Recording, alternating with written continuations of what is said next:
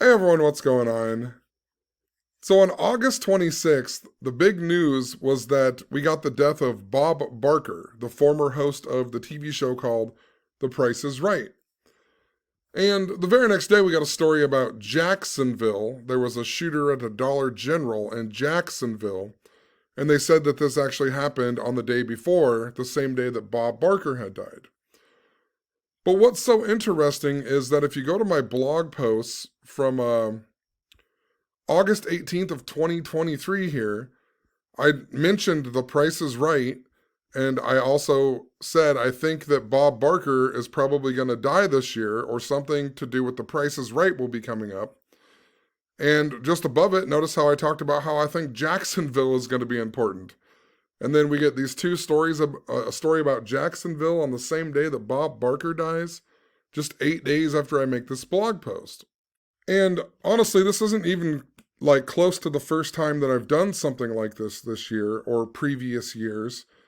But I just pay attention to patterns that exist within this world. And if you understand some esoteric knowledge things and you learn how to measure dates and you understand this language of gematria or gematria, which is the practice of coding numbers into words and phrases, you can kind of get an idea and understand these patterns that exist. And believe it or not, you'll just start seeing how these things that you're talking about that are so random. I mean, who was talking about Bob Barker possibly dying, even though he was really old, right?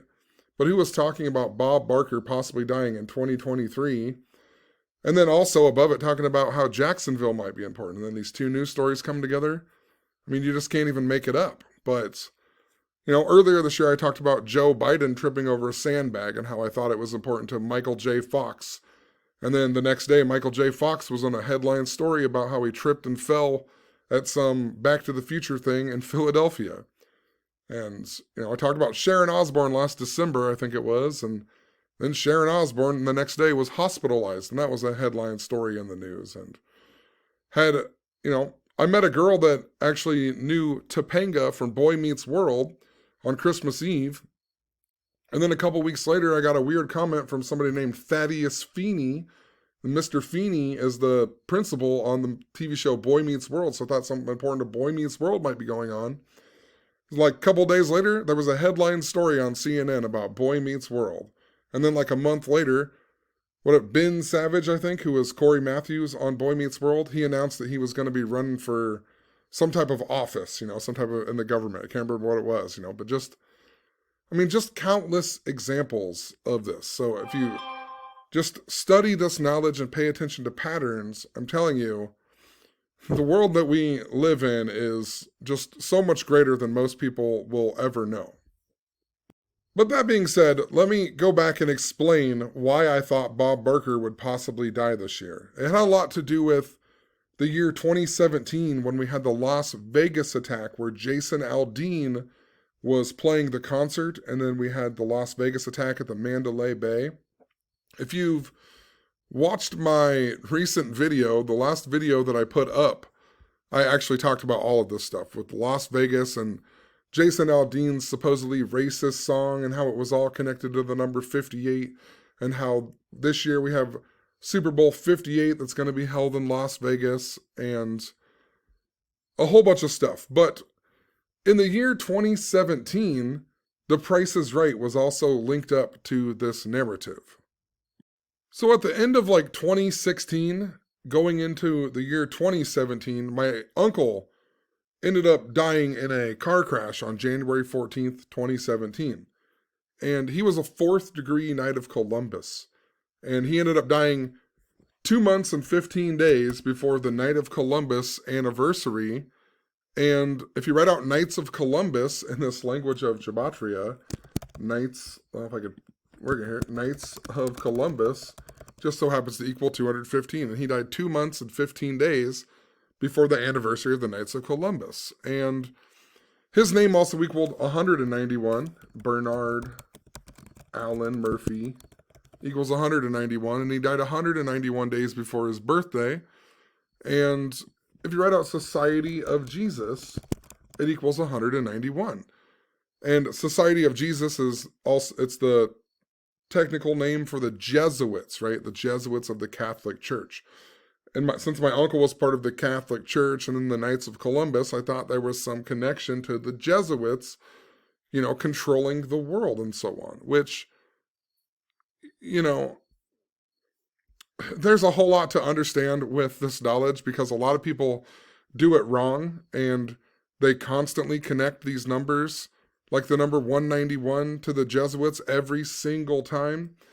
But with my uncle's case, he was part of the Catholic Church, so it makes sense to connect him to this narrative. But I started following a bunch of stuff with the Jesuits, and the Super Bowl even had Lady Gaga with the red and black, which was the Catholic cardinal colors, and there was just all kinds of connections that seemed to go back to the Jesuits and the Catholic Church.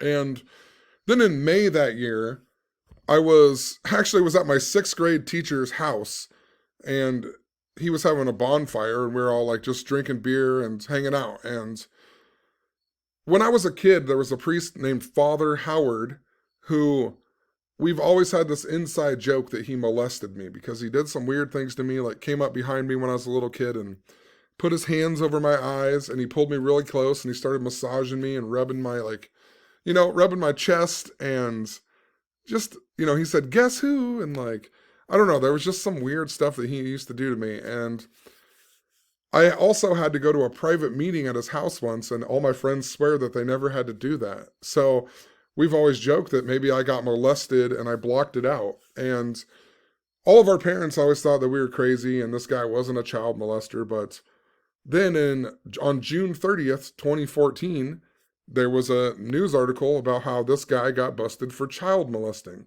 And he later got kicked out of the Catholic Church on January 19th, I think it was even, right? The date 19/1, 191. And he got kicked out of the church after 35 years. And if you write out the word Catholic, it just so happens to equal 35, right? Catholic. Well, Catholic equals 35. So it's what are the odds that he gets kicked out after 35 years? And then they kick him out on January 19th, 191, right? These numbers associated with the Catholic Church of the Jesuits. But anyway, I was at my 6th grade teacher's house, and somehow that came up as a topic. And my friend was telling me how there's this movie called Spotlight that came out with Michael Keaton. And it was about priests who molest kids. And he told me that at the very end of the movie, they have Father Howard's name on the end of the child molesting priest thing. And I was like, no way, but I wanted to go home and check it out. And it's not true. It's not. This is about priests in Boston, the movie is. But it was still interesting. It led me to go and watch this film. So then it was a couple days later, I finally was going to watch this movie. And I had it loaded up on my computer. And then my daughter wanted me to turn the TV channel or something. I was sitting on my computer, and I always used to take her upstairs and put her to bed. And she was watching Mickey Mouse, and she wanted me to turn the channel to something else because she wanted to watch something else so she could fall asleep or something, little kids, whatever. But I remember she was watching Mickey Mouse, and I went to the guide on the satellite, and I noticed that South Park was on, and she hated South Park, and she shouldn't be watching South Park anyway at that age. And I just turned it there for a split second as a joke. And when I turned it there, it just so happened to be the episode about Catholic priests molesting kids. And I was like, you gotta be kidding me. I have this movie pulled up. I'm gonna watch it about Catholic priests molesting kids. And then I just randomly turned it to South Park for a split second as a joke. And it's the episode about Catholic priests molesting kids. And whatever, then I turned it to, I can't remember what I turned it to for her to watch, but I was like, that's crazy, And then I watched this movie, and the movie just so happens to be about the 87 priests that are molesting kids in Boston, the number 87. And I thought that was crazy because when I looked up this episode of South Park, it just so happened to be the 87th episode of South Park, the 87th episode. And it was called Red Hot Catholic Love. And if you type that out in gematria, it equals 87. And also, if you write out the word priest, it equals 87. And also, if you write out Howard Fitzgerald, his name equals 87. And he's the priest who we've joked that molested me as a kid. So his name equaled 87, priest 87. The name of this episode equals 87. It was the 87th episode. And I was getting ready to watch this movie about the 87 priests that molest kids in Boston. And I never knew what the movie was fully about until after I watched it. I found out that it was about the 87 priests, right? So I started making this blog post here because I was going to talk about like this crazy synchronicity I had. And then it was late at night, I don't know what it was, 2 a.m. or something. And my friend Pam called me, and I didn't answer, but she called me. It says I got a phone call at 12:39. And I started this blog post at 11:12, which was 87 minutes later. So I'm writing this blog post up about my experience with the number 87. Exactly 87 minutes after starting the blog post, my friend Pam calls me, and her name just so happens to equal 87 in gematria. So I thought for sure there was something important to this priest theme, right? There had to be something going on with this. And think how the priest is named Father Fitzgerald, right? Father Fitzgerald. Only a couple weeks later, the big news story was the crash of the USS Fitzgerald, right? USS Fitzgerald. Like, what are the odds of that, And if you went to the USS Fitzgerald, I'll just type it out really quick. Fitzgerald. It was actually named after a guy who was born or died, one or the other, William Charles Fitzgerald. He died on August 7th, 8/7. You just can't even make this up. And as I looked further into this guy too, I found out his wife was named Betty Fitzgerald. And I thought that was interesting because as a kid, 2 houses down from me, there was a lady named Betty Fitzgerald. And when she moved out of that house, my friend Clark had moved in. And I looked up my friend Clark on Facebook, and he didn't have a Facebook, but he shared one with his wife, Kelsey, and her birthday just so happened to be 9/27, the Jesuit anniversary, right? The day the Jesuits were recognized by Rome. So I knew there was something important to, this Catholic Church narrative and the Jesuits. And the more and more I looked into this stuff, it said that I think a lot of ships are actually built here, but the builder of this ship was Bath Iron Works. And that really stood out to me because when I was making this post about all of the priest stuff and the number 87, if I can find it here again. When I was making this post, I noticed something interesting. I noticed that my Uncle Barney had died at the age of 63. And then I noticed that Father Howard got kicked out of the church when he was 63. And then I also noticed like JFK, right? He was the first Catholic president, and he died just after meeting the Pope. And he died in the year 63, right? So I was like, interesting. And then I started looking up all the priests that I could remember as a kid. And the first one I can remember is Friendly Father Fred. And I looked him up, and he died on the 63rd day of the year. And then the next guy I remember was Father Jim, and his name equaled 63 in gematria. And the only other priest that I could remember as a kid was Father Paul Stripmatter. And this guy was a really cool guy, like just the most respectful guy. I didn't really go to church anymore at the time of this guy being there. I guess I kind of did because he came after Father Howard had left. And then Father Howard ended up coming back. And then I can't explain it all, but this guy died in 2010. And I quit going to church when I was like 17 or something, 16, 17, somewhere around there. Right after I got confirmed, whenever that was. But this guy, my family is like pretty Catholic too. My dad and his sister is like the secretary or something at the church, so this guy would come to our family Christmases and stuff like that. And he's just a really nice guy, But I noticed he was a Jesuit, and it has an SJ right next to his thing there. SJ, right? And I was like, what are the odds? This guy was a Jesuit, I wish he was alive because I would want to go talk to him about some of this stuff, but because I guarantee he'd be cool and probably tell me a lot of stuff about it, But moral of the story is that this guy, he ended up dying on March 30th, which is 6 months and 3 days after the Jesuit anniversary. And he also died at the age of 63, and his name equaled 63. And he died at the Jesuit residence of Creighton in a bathtub, right? So we got the USS Fitzgerald that's made in like Bath Iron Works and Bath, Maine, I think it is. And then this guy, the Jesuit priest that was in my town, he dies 6 months and 3 days after the Jesuit anniversary. He is a Jesuit. He dies in a bathtub at the Jesuit residence. It's just mind-blowing.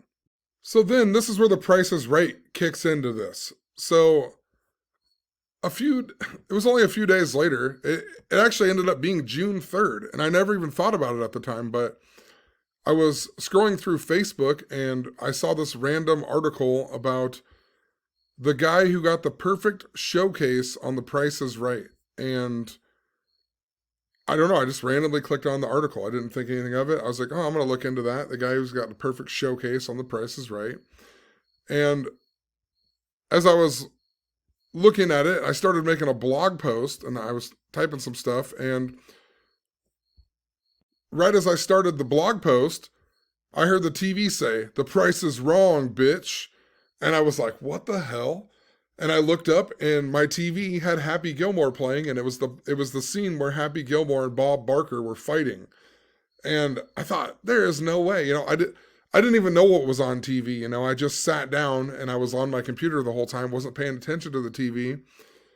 And I randomly click on the Price is Right article. And then right as I start making a blog post, it just so happens to be the exact part where Bob Barker fights Happy Gilmore. And I did think that Bob Barker might possibly die that year too.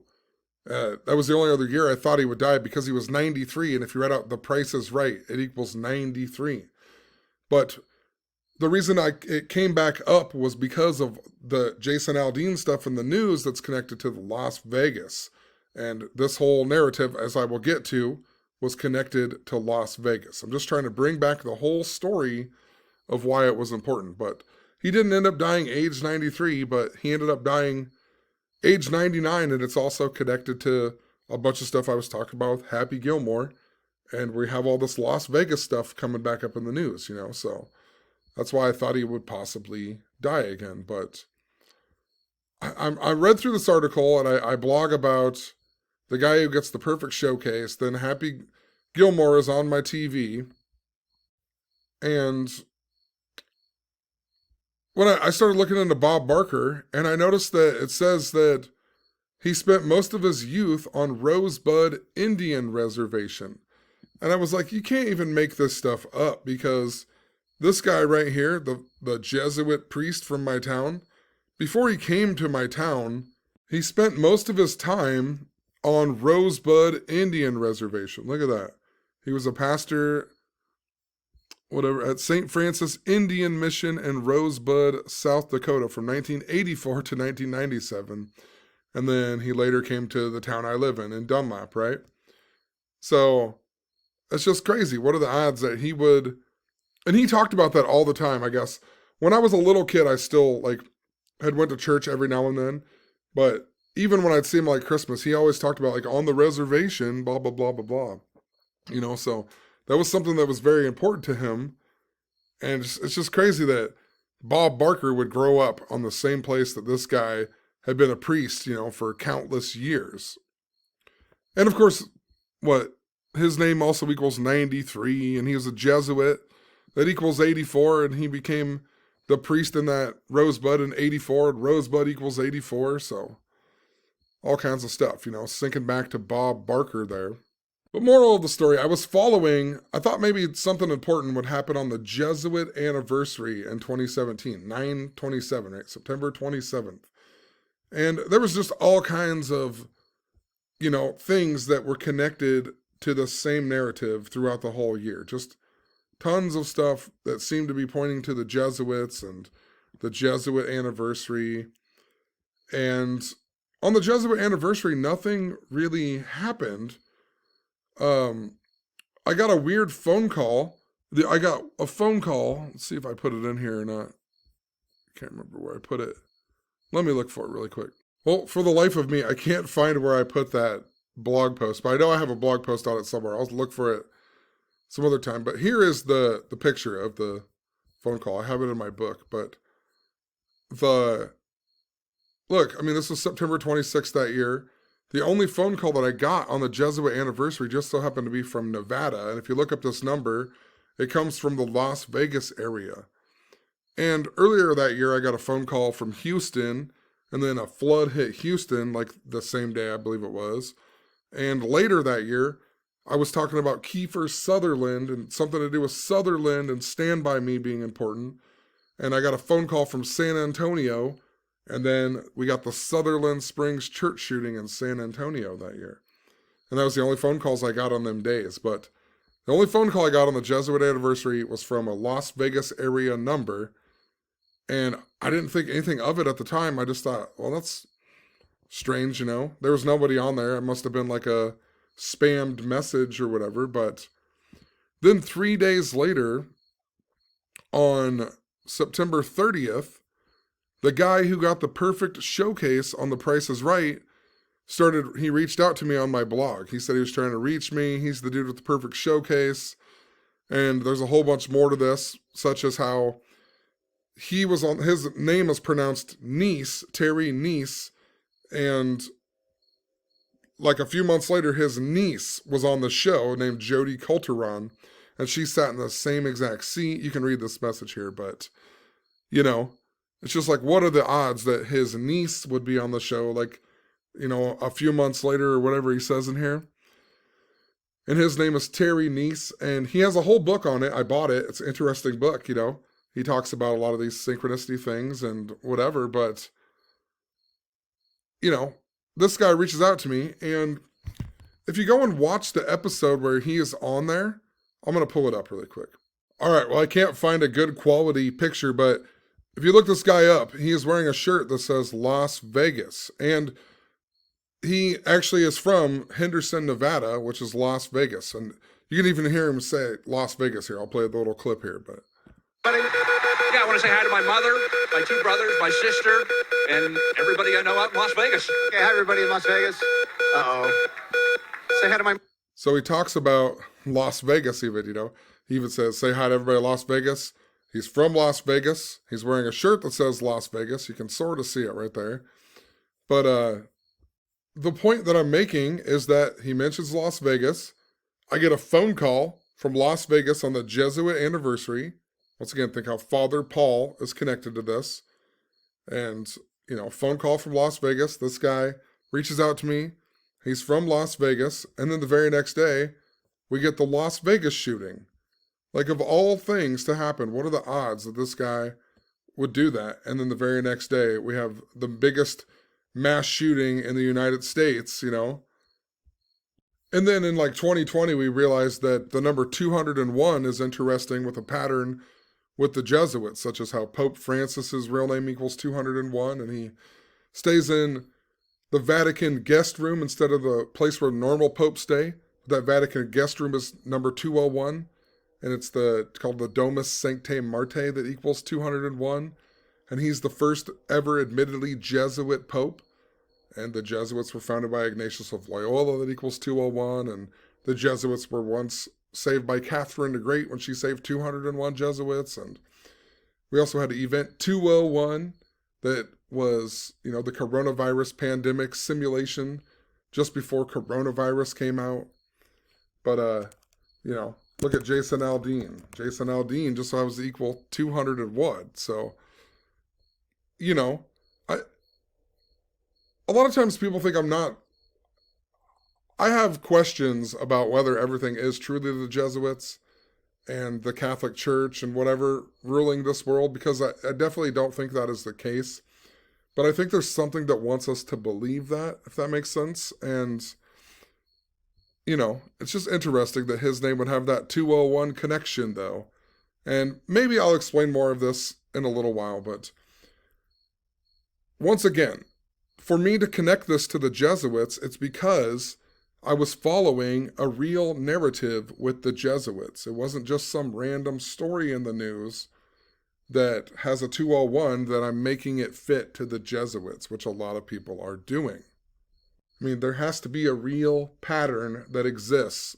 The narrative has to exist before you can place that number in there, if that makes sense. Otherwise, you're just operating on the belief that everything is run by the Jesuits. And when you see all these synchronicity things that are going on in my life, and, I was born on a certain time, and, there's just no way that humans are responsible for this. I don't think so anyway. But in regards to that, that doesn't mean that I don't think that humans understand this knowledge and are using it. It's just that the way people are decoding and making everything fit to a certain conspiracy is what I disagree with, I mean, there's obviously something going on there, like with these shootings, and half of them, it's obvious they're not even like real, so there's a lot more going on, but,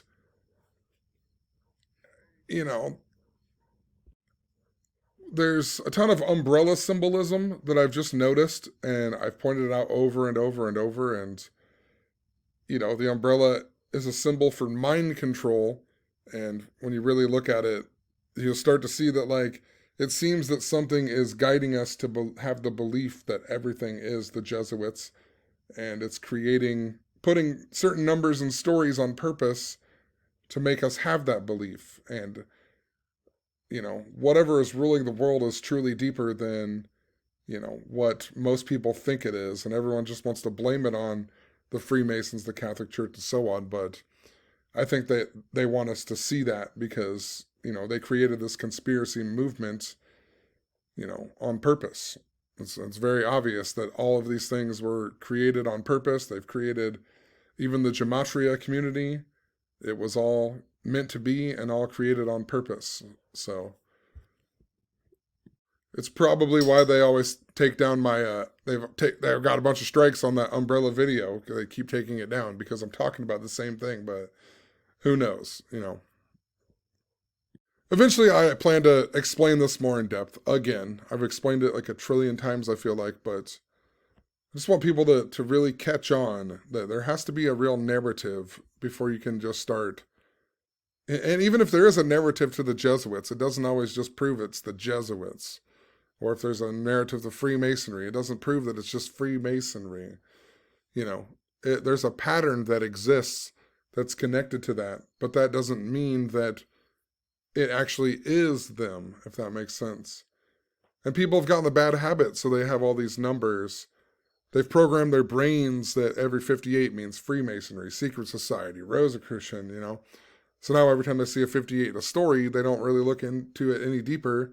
They just instantly go to that conspiracy narrative, and then they find the thousands of other things they can connect it to. Same with the Jesuit stuff. So there's a Jesuit number. Now we're looking at Ignatius of Loyola's birthday, his death day. Arturo Sosa's birthday, his death day.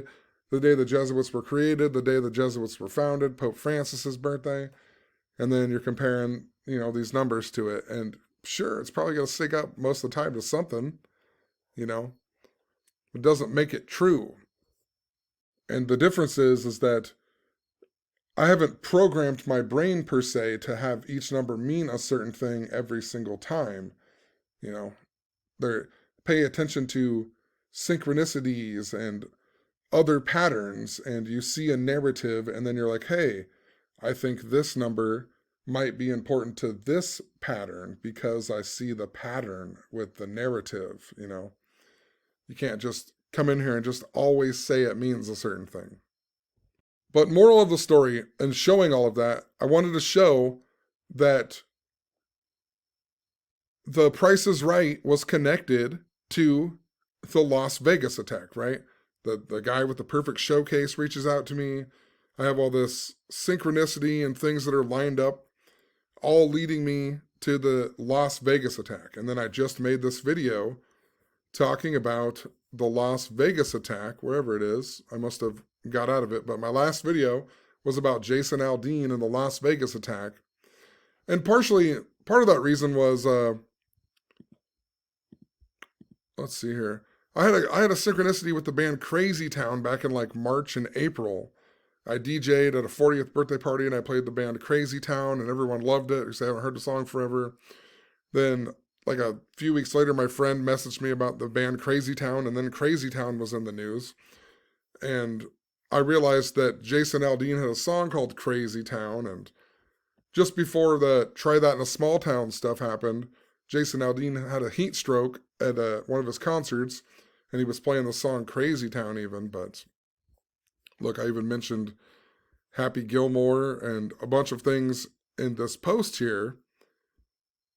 Because once again, I was trying to explain all this stuff, thinking about a good way to explain how not everything is linked up to some cabal ruling the world, you know. Because I figured this out from synchronicities and everything else. Nothing to do with blaming every single thing on the Jesuits. But I know I talked about Happy Gilmore in here somewhere. Yeah, think about how I had synchronicity with Happy Gilmore and Bob Barker, blah, blah, blah, blah, blah, right? So this was back in April. So I thought there was something important to Bob Barker. And part of that reason was because if you watch the Masters this year, John Rahm actually won the Masters. And it was really connected to Zach kicking Rambo off the Gematria Effect episode on the Ides of March.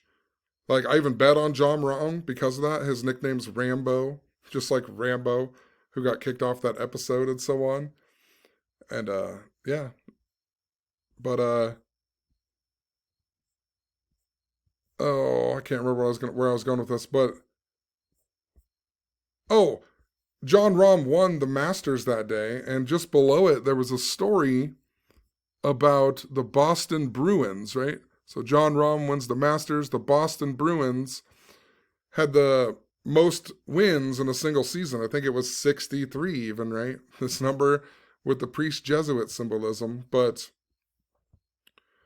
remember how Happy Gilmore, he wears the Boston Bruins jersey, right? Happy Gilmore. Think about John Rahm and golf. And then he wins the Masters the same day that we get a story about the Boston Bruins breaking a record in hockey. So you knew there was something important to Happy Gilmore. And if you've ever watched Happy Gilmore, a big thing in that movie is, in the beginning, is that Shooter McGavin fakes out Happy Gilmore for the ninth green at 9 trick, 9-9. And if you look up Adam Sandler just so happened to be born on the date 9-9. And we just had Bob Barker die at the age of 99. And Drew Carey, his birthday just so happens to be May 23rd. If you look up the number 523, like his birthday, that's the 99th prime number. And, you know, even more that sticks out here, if you go from the day that Terry Neese, the guy who got the perfect showcase on The Price is Right, if you go from the day of his birthday to Bob Barker's death at the age of 99, Bob Barker just so happened to die a span of 99 days later. And in the year 2020, Drew Carey's ex-girlfriend named Amy something, her birthday was May 20th, but she died on like February something, and I believe it was 99 days before Drew Carey's birthday. And that stuck out to me because on January 24th that year of 2020, a lady that I know whose name is Amy actually made it on The Price is Right. And that was a big thing around here. Everyone was talking about how this lady I know, she was on The Price is Right. And her sister is, I mean, it's a pretty small area, small town. And her sister actually is married to a guy with the last name Carey, right? And then she gets on The Price is Right. And then like 2 weeks later, Drew Carey's ex-girlfriend named Amy dies. You know, what are the odds of that? So this Amy I know gets on The Price is Right. Then Drew Carey's ex-girlfriend named Amy gets on the show and she dies, or Drew Carey's ex-girlfriend dies 99 days before Drew Carey's birthday on 5/23, which is the 99th prime number. And it gets even deeper here in a little bit, I'll explain, but we just also had the death of Bray Wyatt, the wrestler. And if you go back to last year, I was talking about how he was synced up to this theme with Hulk Hogan and how it was related to the Bridgewater shooting that happened in 2015 on August 26th, which in most parts of the world, they rate it as 26/8, right? And if you look up Bray Wyatt just so happens to share a birthday with Drew Carey, 5/23. And then Bray Wyatt dies just before Bob Barker dies, right? He dies 2 days before. His name equals 268. And the Francis Bacon cipher. So does Hulk Hogan's real name. So does Sylvester Stallone. So does Roddy Piper. This big narrative that I will explain here in just a minute, because there's a lot of stuff going on with the number 34 and Batman, and that also is related to the WWE. And we're currently, Roddy Piper, if you remember, he was in this movie called They Live, and it's about how he puts on these sunglasses and he can see the truth of the world, kind of like what gematria does, like where you can see the meaning behind a certain thing, even though like a normal person wouldn't be able to see it if they don't know. But this movie came out 34 years ago. And right after the movie came out, the guy who wrote the book that was the inspiration for it, he died on November 30th last year, right after the 34th anniversary. But it's something I've been talking about for years in relation to this. And in this movie, he shoots up the news people. And if you remember the Bridgewater shooting right after Roddy Piper, the star of this movie, died, it was, 3 weeks later on August 26th? There was a guy who supposedly shot up the news reporters in Monetta, Virginia. It was called the Bridgewater shooting. So, bunch of stuff with the number 34. But all of that went back to Owen Hart as well. Owen Hart. I'll get into this, but I'm just kind of leading you into this. But Owen Hart, he died at the age of 34. And he died on May 23rd in the year 99. And, once again, 523 is the 99th prime number. He dies in the year 99. And he died 99 days after the St. Valentine's Day massacre that happened in the year 1999 wrestling. It was a wrestling pay-per-view called St. Valentine's Day Massacre. And he fought Mark Henry. And then after Stoneman Douglas in 2018, we had a school shooting in Maryland, right? And Maryland equals 34. And then we also, and the shooter's name was Austin Wyatt Rollins, reminding us of Steve Austin, Bray Wyatt, and Seth Rollins. And then we had the Austin Bomber not too long after that. And they said that Mark Henry, the wrestler, he was a good friend of one of the victims of the Austin Bomber. So you knew it was connected to the WWE, but I'm just bringing all that up because, Owen Hart fought Mark Henry at the St. Valentine's Day Massacre pay-per-view in 99.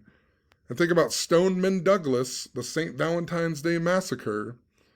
And that was 99 days before Owen Hart died in 99. And he died on 5/23, the 99th prime number, at the age of 34. So there's this relationship here.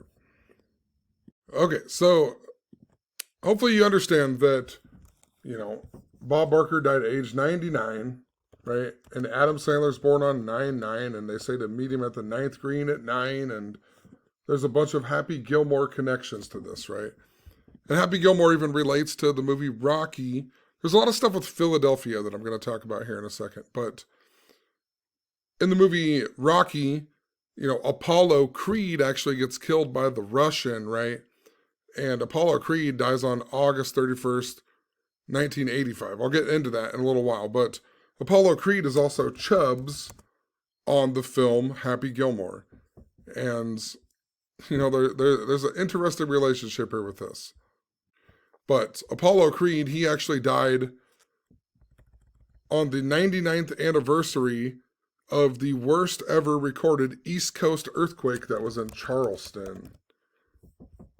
And oddly enough, as I'm writing this right now, if you go to CNN, they got a headline story about Charleston and the hurricane that hit there, and even the number 9 here.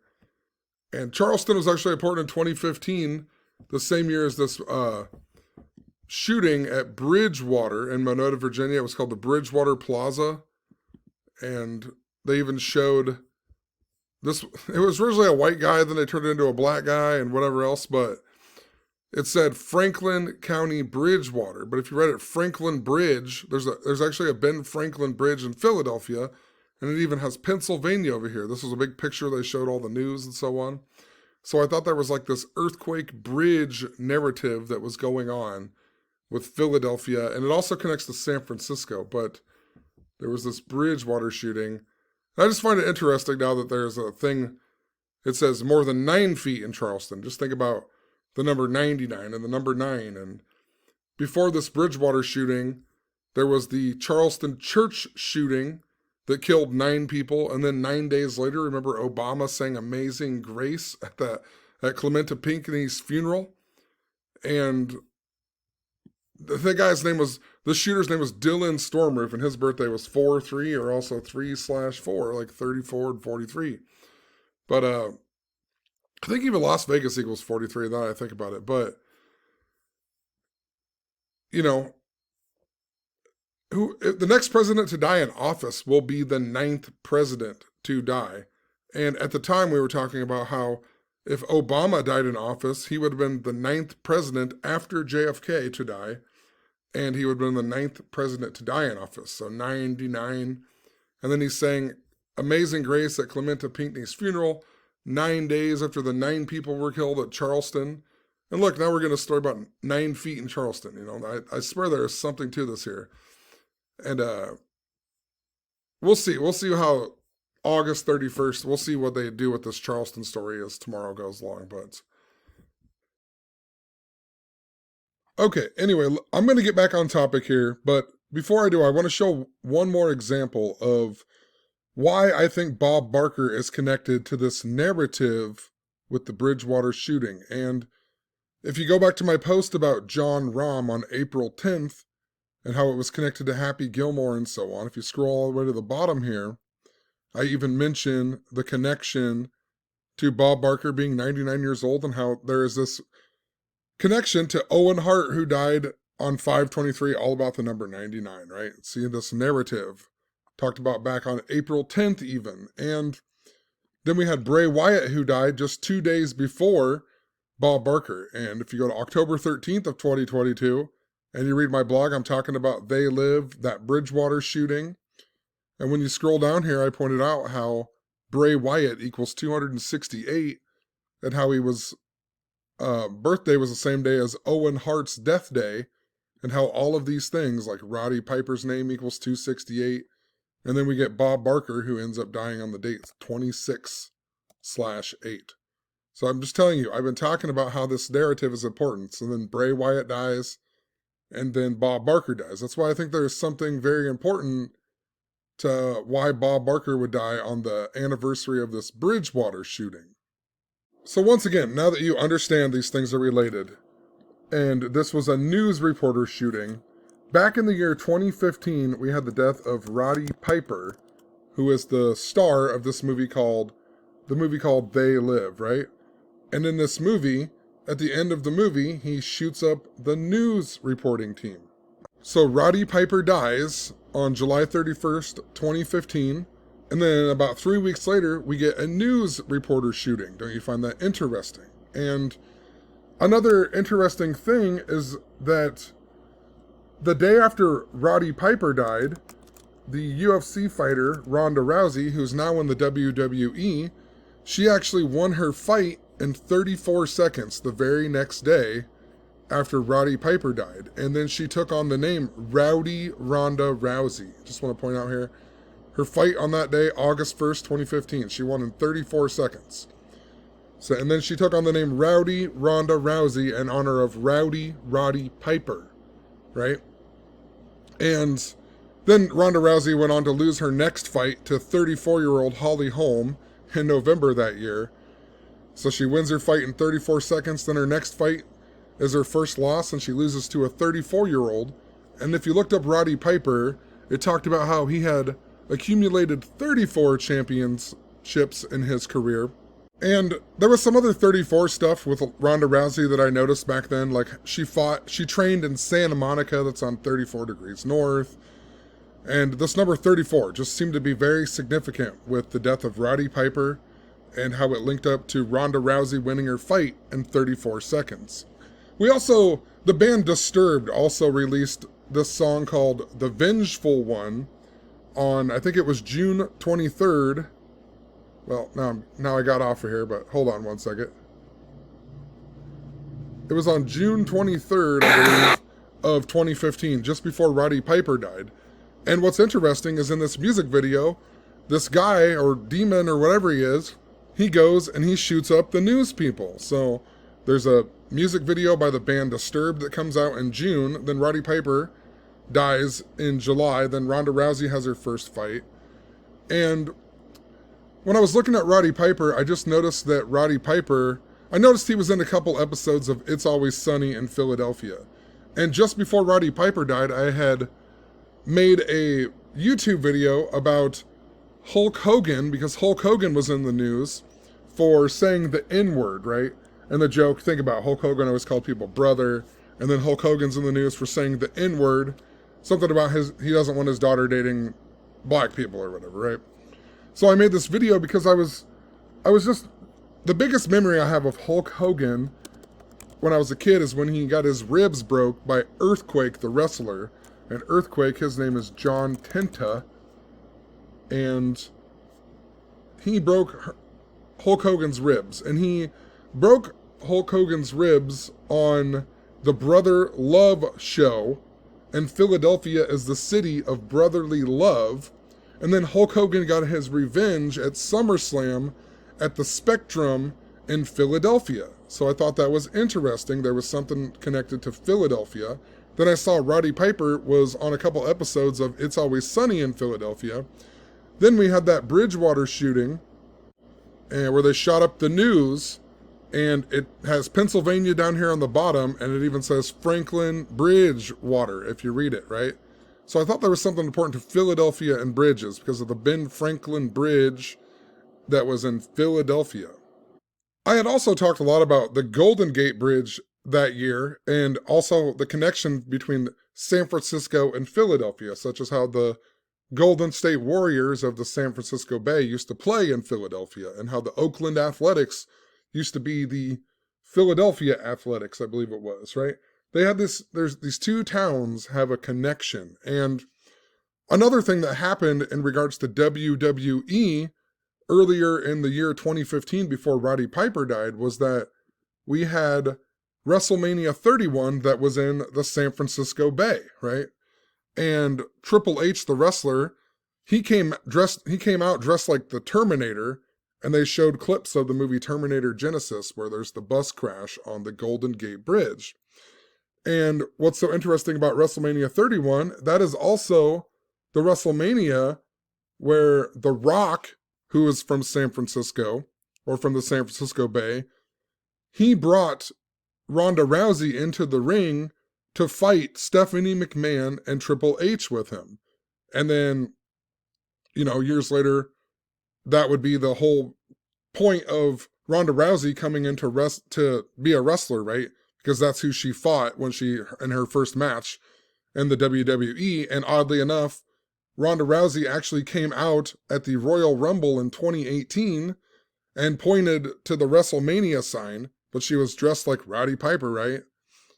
And she ended up debuting at WrestleMania 34, of all things. And she fights Stephanie McMahon and Triple H or whatever. And, think about it. The Rock brings her in, and that was the whole point of all this.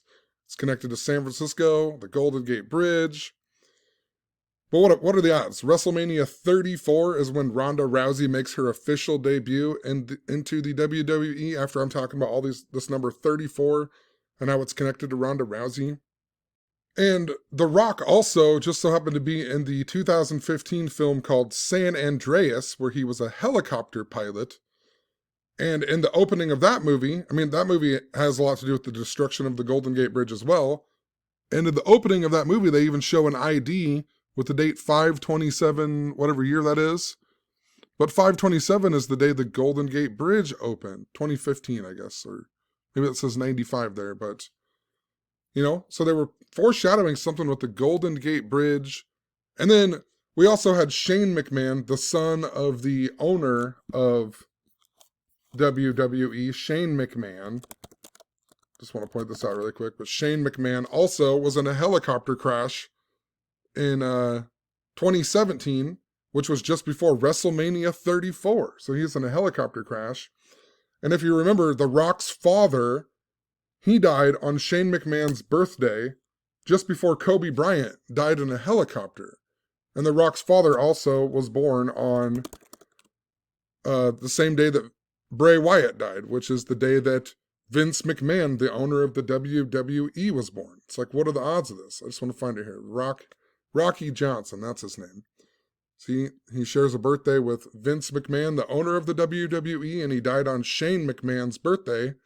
And Shane McMahon was in a helicopter crash and survived before WrestleMania 34, the one where Ronda Rousey debuted, and then The Rock's father ends up dying just before Kobe Bryant dies in a helicopter. And the reason that's interesting is because Kobe Bryant is also a Philadelphia native. And Kobe Bryant, for years, I have followed a pattern with Kobe Bryant and how he is linked up to the number 34. Even if you go back to when Ronda Rousey won that fight in 34 seconds, I pointed out how she won that fight on the date 8/1, which, if you write, I didn't know at the time back in 2015, but now if you write out Kobe Bean Bryant, his name just so happens to equal 81 in gematria. But I was just pointing out the fact that Kobe Bryant is known for scoring 81 points in a game.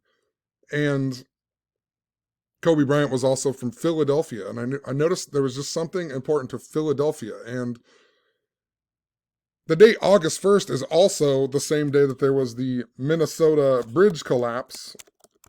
Minneapolis, I don't know, we'll just type bridge collapse right here. It was in 2007, but it was on the date August 1st, and the main trusses were 81 meters long, and the story said it took them 81 minutes to transport everyone to the hospital, and I didn't know it at the time, but if you write out Golden Gate Bridge in gematria, Golden Gate Bridge, it equals 81 in frontwards and backwards. But what I thought at the time was just Kobe Bryant scoring 81 points. Kobe Bryant, a Philadelphia native. There's some narrative with bridges going on. And then we later had the Bridgewater shooting that I thought was connected to Philadelphia. But the Lakers also were originally from Minnesota.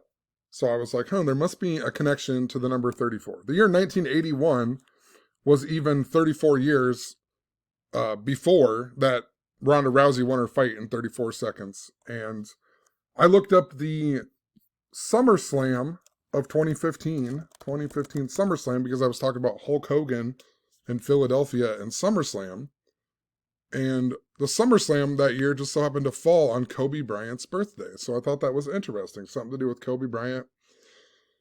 And once again, for years, I have talked about Kobe Bryant with the number 34. If you go back to 2013, when Kobe Bryant tore his Achilles, he tore his Achilles when he was age 34, and he came back in and shot 2 free throws, giving the Lakers 109 points. Los Angeles equals 109, but he came back in and shot 2 free throws, so that made him leave the game with 34 points while he was age 34. The Lakers got their 43rd win of the season that night, and it was against the Golden State Warriors, who play in the San Francisco Bay. And after Kobe Bryant tore his Achilles, he came back in the 34th week later, which everybody thought was really early, but he came back on December 8th of 2014, right? And that was in the 34th week after tearing his Achilles. And he came back against the Toronto Raptors, which is the team that he scored 81 points against. And that is also Dwight Howard's birthday, December 8th. And remember, Dwight Howard was on the team the year that Kobe Bryant tore his Achilles. And, I mean, there was just a ton of other things, like when Kobe scored 81 points, they took him out of the game with he scored his 81st point with 43.4 seconds left in the fourth quarter, like 43 and 34. And I just noticed a ton of times where Kobe would score the 34th point of the game. He couldn't play with Shaq, who wore the number 34, right? Shaq had to go and play for the Miami Heat. And if you write out Heat just so happened to equal 34. And remember, after Kobe Bryant died, the Lakers beat the Heat in the NBA Finals. And think about how LeBron James used to play for the Miami Heat. I even predicted that LeBron James would get injured in whatever year that was. Can't remember the year. It was just before he turned 34 years old. I noticed that he was going to be 34 years old, and I thought maybe he would get injured because of the connections to Kobe Bryant. And he ended up getting injured in the Lakers' 34th game of the season against the Golden State Warriors, the team that Kobe tore his Achilles against, just before turning 34 years old. And then later that year, they signed Anthony Davis 3 months and 4 days after Anthony Davis's birthday. or that's when it was in the news that the Lakers were getting Anthony Davis 3 months and 4 days after Anthony Davis's birthday. And he came from the Pelicans, who equal 34 in gematria. And before the season began, where Kobe ended up dying, I even made a video in that summer talking about how the Lakers had signed DeMarcus Cousins. And when DeMarcus Cousins tore his Achilles, he did it on January 26th, I think, of 2018. And in that post, I pointed out how it was all connected up to Kobe Bryant's Achilles tear. They even took DeMarcus Cousins out of the game with 8.1 seconds left. You know, like 81. Think about Kobe Bryant and, what is it? DeMarcus Amir. I'm trying to think of what it was. DeMarcus Amir Cousins also equals 81. And notice he equals 126. Just like New Orleans Pelicans. Or just like New Orleans equals 126. So DeMarcus Amir Cousins equals 81 and 126. New Orleans equals 126. He tears his Achilles and they take him out of the game with 8.1 seconds left, like his name, and it was on the date 126. So when DeMarcus Cousins signed with the Lakers just before Kobe Bryant died, I pointed out how I thought the whole season was going to be scripted around Kobe Bryant. I also noticed Kobe Bryant was going to be turning 41 years old that year. Kobe Bryant equals 41, and before he retired, he wrote a poem called Dear Basketball that also equals 41. And a slew of other things, but in that video, I even talked about Dwight Howard because I noticed that Dwight Howard was going to be turning 34 years old that season, right? And Dwight Howard's full name also equals 126. So later that season, Dwight Howard turns 34 on December 8th. Then, I think just a few days later, we got the death of Joanne Buss, who was the former wife of Jerry Buss, who had previously owned the Lakers before he died.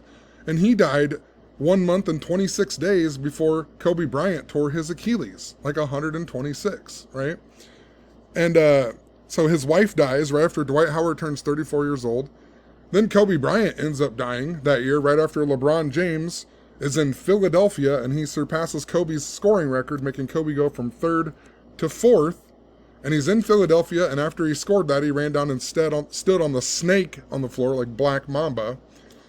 And then Kobe ends up dying the next day on the 3rd month and 4th day of the NBA season that year. And even more interesting is that Dwight Howard, after DeMarcus Cousins got injured that same summer, and Dwight Howard ended up signing with the Lakers on Kobe Bryant's 41st birthday that year, right? So there was a huge connection to the number 34. Even the year Kobe announced his retirement, it was 2015, right? Right after the Ronda Rousey 34-second fight and all that. There was in the very beginning of the season, the Lakers got blown out by the Golden State Warriors by 34 points. And then Kobe ended up announcing his retirement just before the Lakers played Indiana, that equal 34, and then the very next game, they played the Philadelphia 76ers, of all things. Of all teams, Philadelphia, right after Kobe announces his retirement. Kobe even announced his retirement a span of 34 days after the anniversary of Philadelphia. And then Kobe's poem, Dear Basketball, that he wrote as his retirement poem, they made it into a short film, and it ended up winning an Oscar on the date 3/4. And I'm pretty sure that was just before WrestleMania 34, right after Ronda Rousey had came out dressed up like Roddy Piper. And what was so interesting about Ronda Rousey coming out dressed up like Roddy Piper was this Royal Rumble just so happened to be held in Philadelphia, right? So once again, there's a bunch of connections to Philadelphia, and also there's a link to San Francisco in there. And I should also point out that another reason that I sort of was thinking that Philadelphia was important when I saw Roddy Piper being in It's Always Sunny in Philadelphia and Hulk Hogan getting his revenge against Earthquake in Philadelphia. And then I noticed that connection to Kobe Bryant and SummerSlam falling on Kobe Bryant's birthday and how it was linked up to Ronda Rousey winning her fight in 34 seconds. But 2015 was also the year that Pope Francis visited the United States, and his trip was going to end in Philadelphia, right? So Pope Francis, and it did end in Philadelphia. So Pope Francis's trip, that was really big, to the number 923, right? He went to the White House at 9:23 in the morning on the date 9/23, and he arrived in America on his 923rd day as Pope.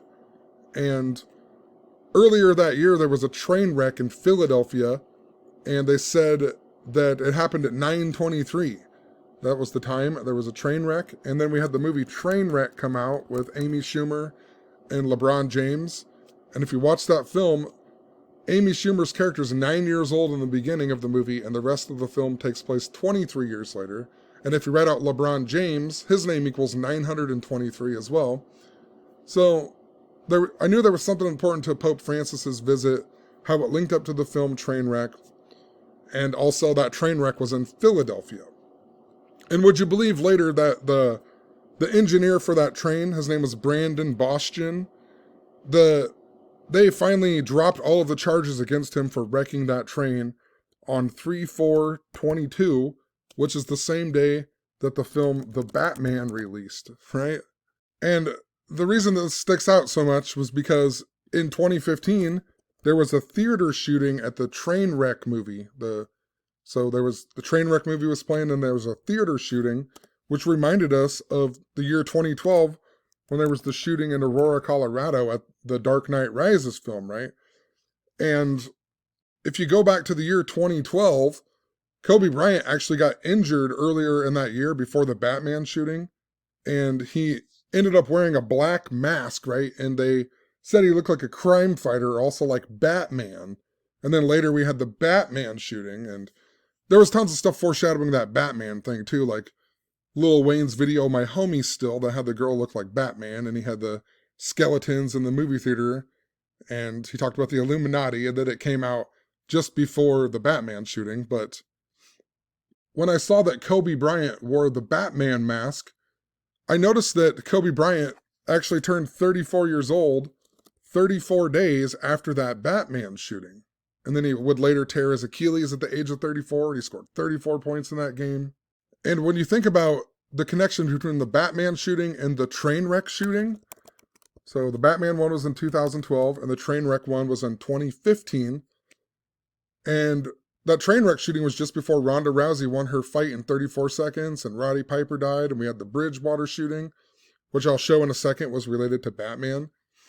But the month of August that year, when she won her fight, it was all about Batman. You had the death of Morgan Freeman's granddaughter, and they showed him and her at the premiere of the Batman movie.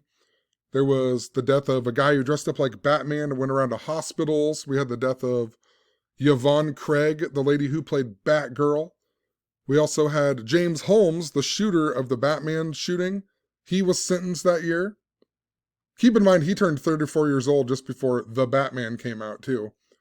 But there was all these Batman things, and that same month, Ronda Rousey won her fight in 34 seconds. Donald Trump even said that he was Batman in a helicopter at the Iowa State Fair on the day August 15th, 2015, which just so happened to be Ben Affleck's birthday. And Ben Affleck in 2016 would go on to be Batman in Batman vs. Superman. So you knew there was a relationship. Donald Trump saying he was Batman on that day. And keep in mind, Donald Trump also announced that he was running for president 34 days before the anniversary of the Batman shooting in 2015. Also think about Kobe Bryant dying in a helicopter and how Donald Trump said he was Batman in a helicopter. I'm pretty sure this is why last year, when the whole Mar-a-Lago raid was going on, we also got a story right around that same time about Kobe Bryant's helicopter again. So Kobe Bryant's helicopter in the news, the same time Trump's Mar-a-Lago was being raided. Once again, Trump says he's Batman in the Iowa State Fair helicopter. Kobe dies in a helicopter. Shane McMahon's in a helicopter crash just before WrestleMania 34. The Rock was a helicopter pilot in the movie San Andreas that came out just before Roddy Piper died. The Rock's father ends up dying on Shane McMahon's birthday just before Kobe dies in a helicopter crash. Then this year, a big thing is the indictments, all these indictments of Donald Trump. And remember, the first one was on April 4th, which is the day of Heath Ledger's birthday, right? Heath Ledger, a guy known for being the Joker, right? Probably one of the most famous Jokers, I guess. His birthday, April 4th. But Donald Trump, notice how he got 34 felony counts in his indictment. And even more interesting is that the place where he was indicted it was just outside the courtroom, just outside of that, like a week before, they were filming for the new Joker movie that's going to be coming out in the year 2024. So they were filming for the new Joker movie right outside of where Donald Trump's first indictment was, where he got 34 counts. And also keep in mind, in The Dark Knight Rises, they used Trump Tower as, I can't remember what it is. It's Wayne Manor. In the movie The Dark Knight Rises, they actually used Trump Tower as Wayne Manor in that movie. And then Trump's most recent thing was with Georgia and all that, but notice how they set the trial date for the date March 4th, 3/4. See, I'm telling you, it all goes back to this Batman narrative that is linked up to the WWE and the movie They Live, which we are currently in the 34th anniversary of. And of course, after Donald Trump's first indictment, then we had like Jack Nicholson, who was the 1989 Joker, right? He started going to Lakers games again. Jack Nicholson. He started attending Lakers games again this postseason, right? And right around that same time, we had Roman Polanski in the news. And Roman Polanski actually raped a 13-year-old or whatever at Jack Nicholson's house, and then he fled to France, which maybe I'll talk to about later, because that new Joker movie has the French name, and there's a bunch of stuff with France going on. It's going to be the 231st year of the French Republic, and their current constitution is on 10/4, which is the day the Joker movie came out. But in France also equals 34 in gematria. But just think about Jack Nicholson being the Joker. He comes back and starts attending Lakers games again, this playoffs or whatever. Then the Joker and the Denver Nuggets go on to win the NBA Finals over the Miami Heat, who was the team who won in 2012, the same year as the Batman shooting, and Heat equal 34, and that was when LeBron James was on the team. But, think about that. So Joker wins the NBA Finals over the Heat, the connection to that number 34. And that was right around the same time, just like a day off of when the other guy, nicknamed Joker in tennis, had won wasn't it the French Open, I think it was? So the guy who wins the French Open, who has the nickname Joker, who's from the same country as the Joker from the Denver Nuggets, they both win championships like a day apart from each other. And of course, think how the Denver Nuggets are from Colorado, and then the Batman shooting in 2012 was also in Colorado, in Aurora, Colorado. We've also had a whole bunch of stuff with the Ravens and football going on, right? Ray Lewis's son died. Another Ravens guy, I can't think of his name he just died in August. There's a bunch of Ravens stuff going on. Even the Titans submersible, and, the lady Ida Strauss on the Titanic. And she was actually played by Elsa Raven in the movie and so on. And she's also the clock tower lady in Back to the Future, which is related to the date 10/4, which maybe I'll talk about later. But, 10/4 is the day that Joker came out. It's also 10/4 is the important time on Back to the Future when lightning strikes the clock. It's also the last day of the Gregorian calendar, or the Julian calendar, before it switched over to the Gregorian calendar, so it has a lot to do with time. But the Ravens is important because the Ravens, they were who won the Super Bowl in 2013 after that Batman shooting, and that was all about the number 34 as well. And let me see if I pulled up a thing here. I know I did. Ray Lewis's son here, even I talked about it, but in that Batman movie was called The Dark Knight Rises, and there's a part where they blow up the football stadium, and it looks like the teams the Steelers and the Ravens are playing, and the kicker's even named Ravenstall. And, there's a whole much more that goes along with this, synced up to Skull and Bones and John Kerry, and maybe I'll leave a little note. But, Hines Ward, the guy running the ball, is a real-time player for the Pittsburgh Steelers. And just after Ray Lewis's son died, we got the death of a guy named Clark Higgins. And I just want to point it out really quick. So just so you know, the narrative I'm talking about is on point here. So Ray Lewis's son, he dies.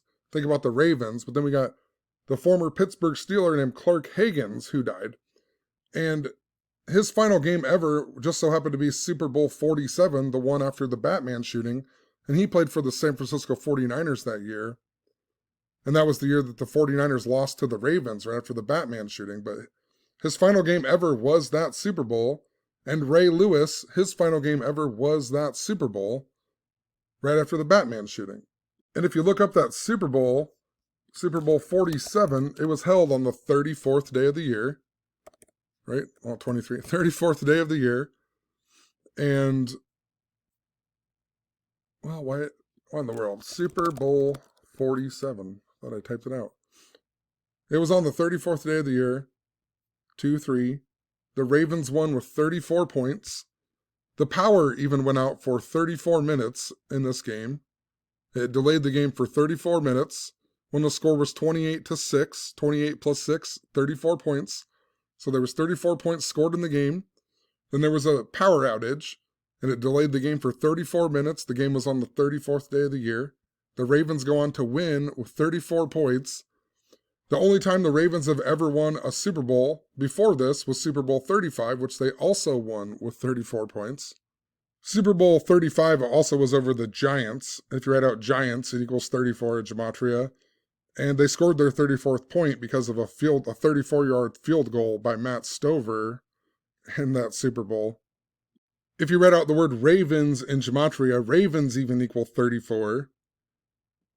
Maryland, Baltimore is where they play even. Maryland is where they play. So, Maryland even equals 34, right? Joe Flacco.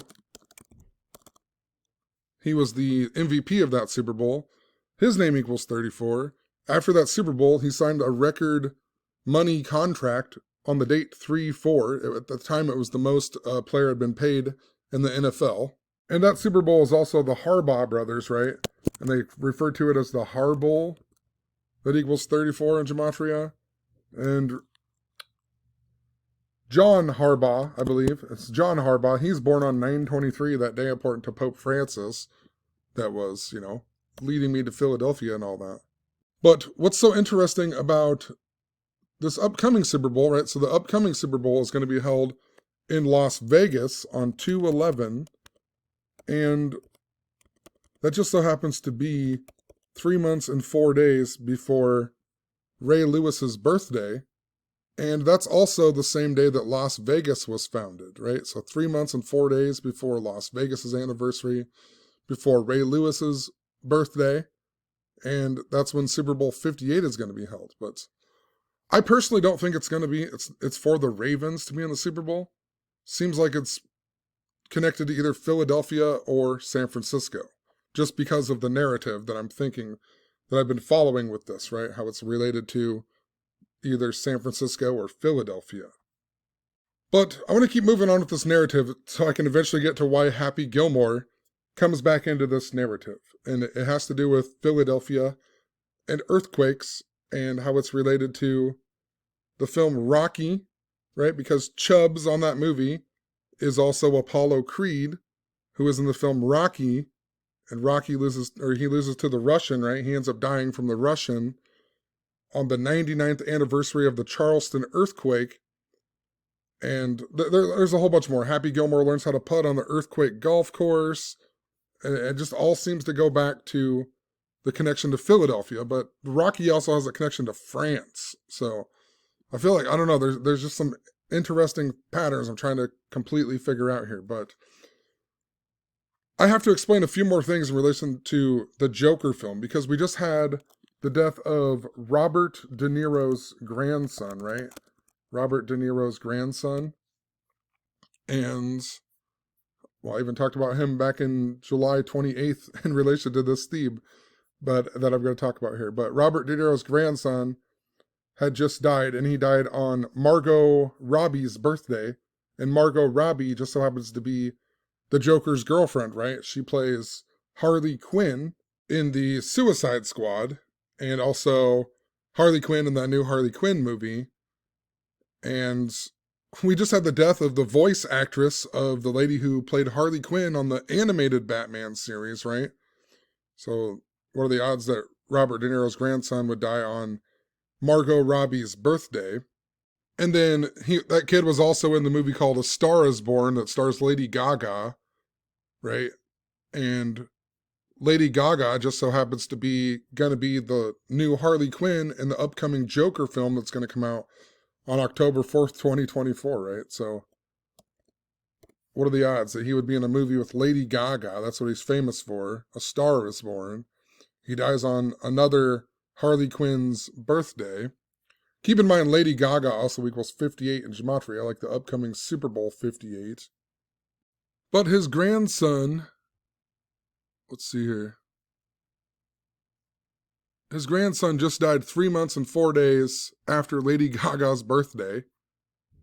I guess the main reason I'm bringing this up with Robert De Niro is, though, if you recall, in 2018, the year of WrestleMania 34, package, if I could spell here, a big thing that was going on was these mail package bombs. That was, we had the Austin bomber, then we had the mail package bomber, and the Austin bomber, his name was Mark Anthony Condit, which reminded us a lot of Mark Antony, right? Julius Caesar, Mark Antony. And then we also later had this mail package bomber whose name was Caesar Sayok. So think about Julius Caesar, Mark Antony. And there's a big narrative with the WWE and this guy named Austin Theory who stole Cleopatra's egg that belonged to Vince McMahon. I swear I have a video on it last year. I'll just leave it in the description to shorten this video up.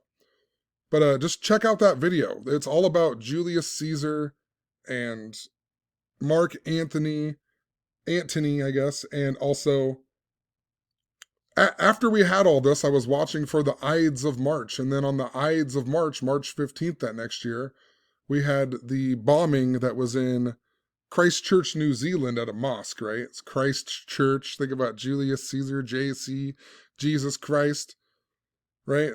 The Julius Caesar, he was murdered by a conspiracy led by a guy named Longinus, and then Jesus Christ was supposedly stabbed with the spear of destiny by a guy named Longinus. So there's a bunch of interesting parallels with Julius Caesar, Jesus Christ, and so on. But the point that I'm getting at is that one of these mail package bombs, all of them went to like politicians pretty much. Barack Obama, Joe Biden, Hillary Clinton, Cory Booker, Maxine Waters, Kamala Harris, right?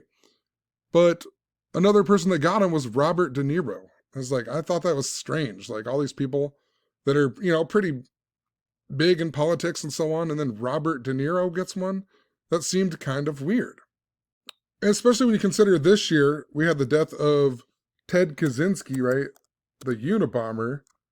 And he died just before Robert De Niro's grandson died, right? So we get the Unabomber dying, and then we get Robert De Niro's grandson dying, and Robert De Niro was a person who got one of these mail package bombs in the year 2018, which I'm going to explain in a second is synced up to the WWE. But the whole point that I'm making is the fact that Robert De Niro just so happens to be in the 2019 Joker film, and he gets killed by the Joker at the very end of the movie, right? It's just, Robert De Niro. He's the second listed star in this movie. And if you watch the movie, I guess I just gave it away if you haven't seen it, but he gets killed by the Joker at the end of this movie. But anyway, let's stay on the topic of the number 34 here. So, clear back in, right when Chester Bennington died in 2017, if you remember, he died on, didn't Chester Bennington die on the anniversary of the moon landing? The anniversary of the Batman shooting, right? Just want to double check here. Yeah, he died on the anniversary of the Batman shooting, which is also the anniversary of the moon landing, which is also why Tim Burton, the guy that wrote the 1989 Batman movie, his birthday is August 25th, which is the same day that Neil Armstrong, the first guy to walk on the moon, died. It's also, there's a lot more to it that links into Sean Connery, who died in connection to the Apollo 11 landing, but 8/25 is also the day there was this great moon hoax in 1835, and it was a hoax about bat-like people that lived on the moon. So then we had the Batman shooting on the anniversary of the moon landing, and a bunch of stuff, but Chester Bennington in 2017 died on this day, which was also the day that Chris Cornell, the singer of Soundgarden, had died earlier that year, and they were supposedly good buddies, and then he dies on Chris Cornell's birthday. And then later that year, A month later, we had the Great American Eclipse, right? Linking it back up to the moon. But I'm bringing this up because Chester Bennington died, and he was in the band Linkin Park. And then a few days later, we got the death of John Hurd, who was the dad on the movie Home Alone that takes place in Chicago, right? Linkin Park is also in Chicago. That's where the St. Valentine's Day Massacre was. And think about the movie Home Alone, where he watches the movie with the gangster shooting. And then right around that same time, there was a shooting at the Jacquees concert, and they called it a gangster shooting. So I was wondering if there was maybe something synced up to Valentine's Day in 2018, because of the St. Valentine's Day Massacre was in Lincoln Park. And then we ended up getting the Stoneman Douglas shooting on Valentine's Day of 2018, right? So there was something very important. That was one of the biggest shootings that most people remember and so on. Stoneman Douglas. And 34 days after the Stoneman Douglas shooting, though, there was another shooting in Maryland. And remember, Maryland equals 34. And this was 34 days after the Stoneman Douglas shooting. And they talked about the school was on lockdown. Lockdown equals 34. And the shooter was Austin Wyatt Rollins. That reminds us of Bray Wyatt, Stone Cold Steve Austin, and Seth Rollins. Maybe, that's what it reminded a lot of people of, at least when they thought about it. Stone Cold Steve Austin, Bray Wyatt, Seth Rollins. And the guy who even stopped him was a 34-year-old cop. So it was all about the number 34. And then we started getting all these stories about the Austin bomber in the news, and the Austin bomber was caught. And I even pointed out back then that his name was Mark Anthony Condit, and it reminded me a lot of Mark Antony. And Mark Antony died on the day August 1st, that day where Ronda Rousey won her fight. And then we got a story with the Austin bomber, how the wrestler Mark Henry was a friend of one of the victims, right? So Mark Henry, the wrestler in WWE, was a friend of one of the Austin bomber's victims. So you knew that Austin Wyatt Rollins guy was most likely connected to the WWE narrative. So then I was looking at Mark Henry, and I noticed that Mark Henry was the guy who Owen Hart was fighting at the St. Valentine's Day Massacre pay-per-view, right? Because I knew there was something important to Valentine's Day with it all, St. Valentine's Day Massacre. And in high school, I remember watching the St. Valentine's Day Massacre pay-per-view where Owen Hart had fell and died. Or if I didn't watch it, I remember talking about it a lot. I remember it was a really big thing when I was in high school. And Mark Henry just so happened to be the guy that Owen Hart was fighting at the St. Valentine's Day Massacre pay-per-view in 1999. Then Owen Hart would go on to die 99 days later on 5/23, which is the 99th prime in the year 99. And if you read out Mark Anthony Condit, the Austin bomber, his name equaled 99. And he just so happened to get caught or kill himself 9 months and 9 days after Mark Henry's birthday. So I was like, once again, these numbers 34 and 99 seem to be coming together, Suicide even equals 34. I was comparing it to the Pulse nightclub in Orlando that equals 34. Owen Hart also died at the age of 34. And another thing too, this guy, he killed himself, or he was caught, the Austin bomber, 3 months and 4 days after Stone Cold Steve Austin's birthday. So it's kind of like, what are the odds, 3 months and 4 days after Stone Cold Steve Austin's birthday? And if you look up Stone Cold Steve Austin actually got injured. He injured his neck, which eventually led to his retirement. But that injury was because of a botched pile driver by Owen Hart. And that must have been in the year 99. Or I guess it was in the year 97. But in order for Stone Cold to get surgery, after Owen Hart died in 99, 5 months and 23 days later, they had a skit where Stone Cold Steve Austin supposedly got hit by a car, and that was in order to get neck surgery from that botched pile driver from years back with Owen Hart, right? But 5 months, 23 days after Owen Hart died, once again, the 99th prime number. But I mean, just think about that connection to the Austin bomber, Stone Cold Steve Austin, And before I get too far, I should point out too, there was another story at this time about just after this where a family drove their SUV over the cliff, right? Over a cliff. And Owen Hart died at a pay-per-view called Over the Edge, right? So it reminded me, oh, this family drives over a cliff, over the edge, right? And there was all kinds of blue in this story too. And then Owen Hart, one of his other wrestling names was the Blue Blazer. So I was like, I wonder if it's connected to Owen Hart. And it was the Hart family even that drove over the thing. And then they showed the story of one of the kids in this was actually in the news at the Michael Brown shooting in 2014, where he was hugging this cop. But that cop's name was Sergeant Brett Barnum. And Owen Hart's brother is actually named Brett Sergeant Hart. So I was wondering, there must be some connection to this Hart family driving over the cliff. And I'm talking about how I think there's a connection to Bret Hart, who died at Over the Edge, right? So it just led my suspicions even more that I thought that some of these news stories were connected to the death of Owen Hart and the number 99 with the Austin bomber and the Maryland shooting. The word cliff also equals 99 in gematria. I think I put it out there.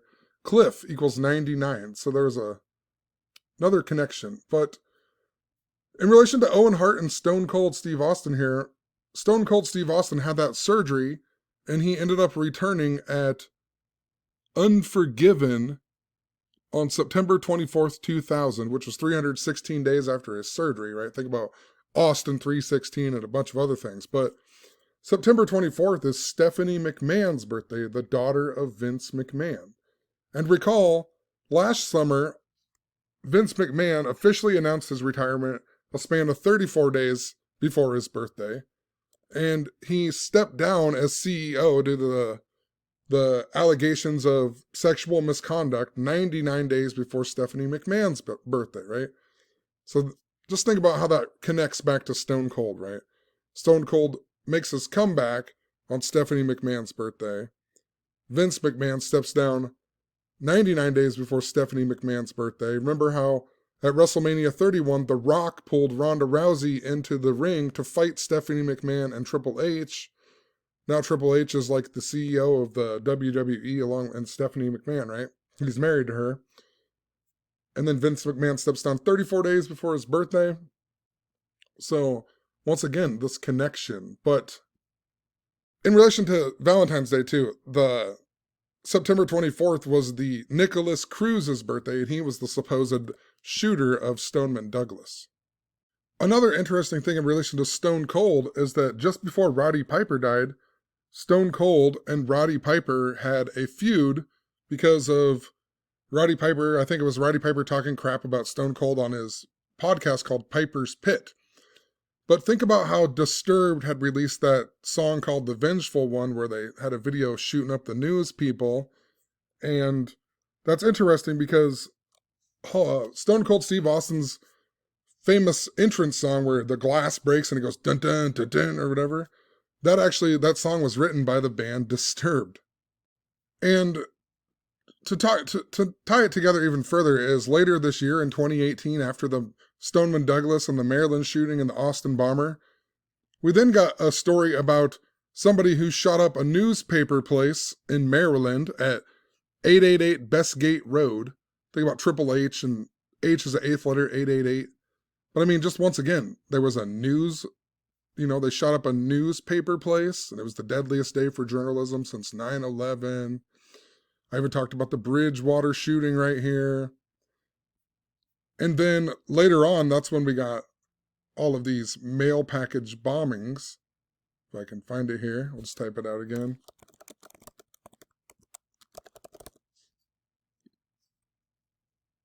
Right, the 2018 mail package bombings, and that was interesting because, once again, Robert De Niro was there, so there's a connection back to Batman. And once again, the perpetrator here was Caesar Sayoc, and then Mark Anthony Condit was the person who was the Austin bomber. So I thought there was a connection to Julius Caesar and the Ides of March. And there was later this big thing in 2022 that had to do with the this guy named Austin Theory and how he stole Cleopatra's egg from Vince McMahon. So I knew there was something connected to that narrative. But what I find interesting is that after this, I was watching for the Ides of March, and on the Ides of March there was a mosque attack in Christchurch, New Zealand. And when I was blogging about the cliff stuff with Owen Hart, I even mentioned how I had a blog post about a cliff collapse in Christchurch, New Zealand. And then in 2019, on the Ides of March, we got a cliff collapse, or a shooting or whatever, a bombing at the mosque in Christchurch, New Zealand. So it makes me wonder, because Christchurch is actually very important, a prone area to earthquakes. And right after WrestleMania 34 and after the Austin Bomber, we also had the first ever Greatest Royal Rumble. And just think about that in relation to earthquakes. And the Greatest Royal Rumble was also held in Saudi Arabia, which just stands out to me. You think about the Middle East and wrestling and whatever, it always makes me think of the Iron Sheik. And the Iron Sheik just so happened to die this year, and he was born on the Ides of March even, but he just happened to die on June 7th this year, right? He wasn't a Saudi Arabia wrestler, but just a Middle Eastern character, right? And then we have the Greatest Royal Rumble in Saudi Arabia. And this guy had a big feud with Hulk Hogan. And remember, Hulk Hogan got his ribs broke by earthquake, and then he got his revenge in Philadelphia. But notice the Iron Sheik, he died on June 7th. The guy who broke Hulk Hogan's ribs, John Tenta, also earthquake, he also died on the date June 7th. This guy and the Iron Sheik also both died 65 days before Hulk Hogan's birthday, and Philadelphia in gematria equals 65. And the mayor of San Francisco, London Breed, that has a very similar connection to London Bridge, is also born on the same day as Hulk Hogan. And also, just before Iron Sheik died this year, there was the WrestleMania, or a wrestling pay-per-view called Night of Champions that was held in Saudi Arabia. And there was a whole lot of sand stuff going on. You had the LIV Golf and Saudi Arabia all in the news at the same time, around the time that the Iron Sheik died, right? Whole bunch of stuff with, related back to that. And even remember, before the Eagles were in the Super Bowl, the Philadelphia Eagles, there was an earthquake in Turkey where the biblical Philadelphia is. And I think that's why Michael Jordan has been important with a lot of people talking about him, is because the capital of the country, Philadelphia, or the capital of the country, Jordan, used to be called Philadelphia until the year 106 AD, and that was destroyed by earthquakes, right? So Michael Jordan, really important to that earthquake narrative. Think about Kobe Bryant, Michael Jordan. Michael Jordan's last game was played in Philadelphia. Then the Eagles were in the Super Bowl, and there's a whole bunch of stuff with that. There was also a bridge collapse in Philadelphia in June. I believe it was June 11th. There was an overpass bridge collapse that happened in Philadelphia. So we had an earthquake in the biblical area of Philadelphia, which was Turkey. And then on June 11th, we had a bridge overpass that collapsed. So a bridge and an earthquake. And think about that Bridgewater shooting that I'm talking about that was connected to bridges in Philadelphia. And it was just after I was talking about Hulk Hogan and earthquake and Roddy Piper being It's Always Sunny in Philadelphia, and Kobe Bryant being a native of Philadelphia. And if you remember, in 2019, a big thing that we were talking about was Tisha B'Av that fell on the dates August 10th and August 11th. And August 11th is Hulk Hogan's birthday. And there was a big narrative here. I don't want to re-explain it all, but it had to do with the Iowa State Fair and the band Slipknot playing their first ever show at the Iowa State Fair. And then the next day, a guy at their show in Zion, Illinois died. And think about Zion in relation to the Middle East and Israel, right? And that Tisha B'Av is about the destruction of the two temples in history. And we were talking about the red heifer and the prophecy of the third temple. And the third temple is the New Jerusalem. And the New Jerusalem is represented by the black cube, or just a cube possibly, but I know it's a cube. And if you remember, in the year 2015, the movie Pixels with Adam Sandler came out, and the cover of that movie showed Pac-Man eating the Golden Gate Bridge, or San Francisco, even though they never go to San Francisco in that movie, as far as I remember. So it seemed really weird that Pac-Man would be eating San Francisco on the cover of that movie, but the first attack, or the first thing that they have to do, involves the black cube, right? And then think about the movie Happy Gilmore. So in 2015, after all that stuff with Ronda Rousey and Roddy Piper died, what, 4 or 5 months later, we got the death of Grizzly Adams. And there's a famous line in the movie Happy Gilmore where he says, Grizzly Adams did have a beard, right? So I knew there was maybe something important to the movie Happy Gilmore. I even noticed that the California flag has a bear on it, and California was founded on the date 9/9, which is Adam Sandler's birthday. And, Grizzly Adams, it was actually based off of Grizzly Adams even. But as I watched the movie Happy Gilmore, when he learns how to putt on the Earthquake golf course. And it's 107 minutes into the movie. If you write out the word earthquake, it equals 107. But a building falls over when he learns how to putt, and it has a cube on the top of the building. And, I mean, there might be other buildings with a cube on the top, but one, like San Francisco doesn't have one, or at the time didn't have one, and like Chicago doesn't have one. But if you look up the Comcast Center in Philadelphia, the Comcast Center has a cube on the top of this building. We'll see. Well, I'll just pull up my old post here. It'd be easier to find the picture. But right here, this is the Comcast Center in Philadelphia. It has the cube on the top of it, right?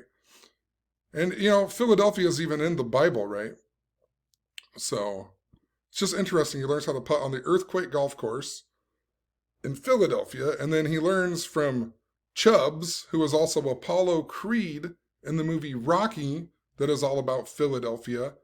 And then Apollo Creed, if you look him up, he dies on August 31st of 1985, which is the same day as the Crown Prince of Saudi Arabia's birthday as well, right? He's born on that day, exact day. But that is the 99th anniversary of the Charleston earthquake, the biggest recorded ever East Coast earthquake. So I find there's something strange about it, with a lot of these things that are going on. And then we just had a hurricane that hit, the Pacific, right? California. It's just interesting thinking about an earthquake, something that's rare in relation to the East Coast, right? And remember, there was an earthquake in 2017 towards the East Coast that was felt in Philadelphia. All the news articles talk about that you could feel the earthquake in Philadelphia. And it was a 4.1, and the word Super Bowl equals 41. Then the Eagles went on to win the Super Bowl with 41 points that year. So it's just interesting, something to point out here. But the whole point is, there's the cube on this building on Happy Gilmore. He's connected to Chubbs, who is also Apollo Creed. So there's this connection to Philadelphia. That's why in the very beginning, when I talked about Bray Wyatt equaling 268, so does Stephanie McMahon. She also equals 268. But Sylvester Stallone equals 268. Roddy Piper equals 268. And the anniversary of that Bridgewater shooting was on 26/8, and they show Pennsylvania and then Franklin Bridge. So I thought possibly there was something to do with a bridge collapse or earthquake within Philadelphia from years. And then, of course, this year we get the biblical Philadelphia area getting an earthquake. And then there was an overpass bridge collapse in Philadelphia. So this narrative is definitely ongoing. And I don't fully understand the whole connection to Batman. But even like that Bridgewater shooting was all about Batman. There's this blog, I found this blog that has a bunch of the stuff still on there. But the lady, this is the news lady who supposedly got killed, and her boyfriend was all about Batman. And, this was in 2015, even before Suicide Squad came out. But, she's Harley Quinn here, and he's Batman. And he referred to himself as Batman on all these, tributes that he did to her, right? He was Batman, and there's tons of pictures of him wearing a Batman shirt. And remember, this was the same year when Donald Trump said he was Batman in the helicopter, and there was all that Batman stuff that was going on. But I mean, just tons of stuff here. Batman, right? And the the other person who died in that Bridgewater shooting, his name was Adam Ward, which Adam West was the Batman and Burt Ward was Robin in the TV show, right? Adam Ward. And the guy who supposedly shot him up had a Superman tattoo, right? And then later, within the next year, the movie Batman vs. Superman came out. And remember, Donald Trump said he was Batman on Ben Affleck's birthday. And what's interesting, because earlier I talked about all that stuff, how it's connected to France, and the new Joker movie has the French name. If you look up the guy who played Batman, so Ben Affleck, his birthday is August 15th, which is the day that Donald Trump said he was Batman in a helicopter. Interesting, Ben Affleck's 51 years old right now. The word Batman equals 51. Never noticed that before, but I'm bringing this up because Napoleon, right? He was born on August 15th as well. And notice how Napoleon died on May 5th. Well, look at Batman versus Superman. The guy who played Superman was this guy, Henry Cavill, and his birthday is May 5th. So Batman was born on Napoleon's birthday, and Superman was born on the day that Napoleon died in history. If you look up France, the French Republic actually began on September 22nd. It will be the 231st anniversary of the French Republic, 231. And remember, the Price is Right equals 231. And 231 was this big number I also talked about with The Big Lebowski and Fat Comedians and Ralph, right? Because there's a bunch of stuff going on with Ralph that year, and that's how I thought Ralphie May would possibly die. And then Ralphie May died not too long after that, and it was in Las Vegas right after the Las Vegas attack, right? So, and then the Las Vegas attack was connected to The Price is Right. But that theme with The Big Lebowski and how he hates the fucking Eagles, it was also connected to bridges. So it just makes me think there's something important to France with this, especially considering France equals the number 34. And if you look up France, once again, the original French Republic was on that date, but then they revised it in the year 58, which is important to Super Bowl 58 coming up this year and all the Las Vegas stuff.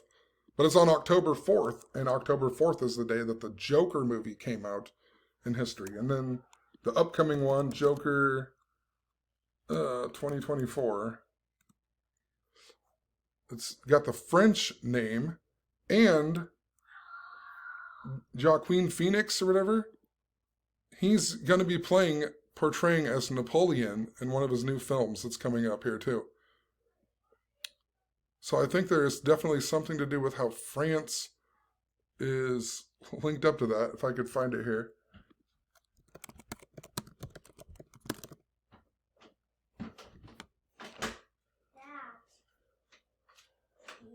Yeah, he's Napoleon.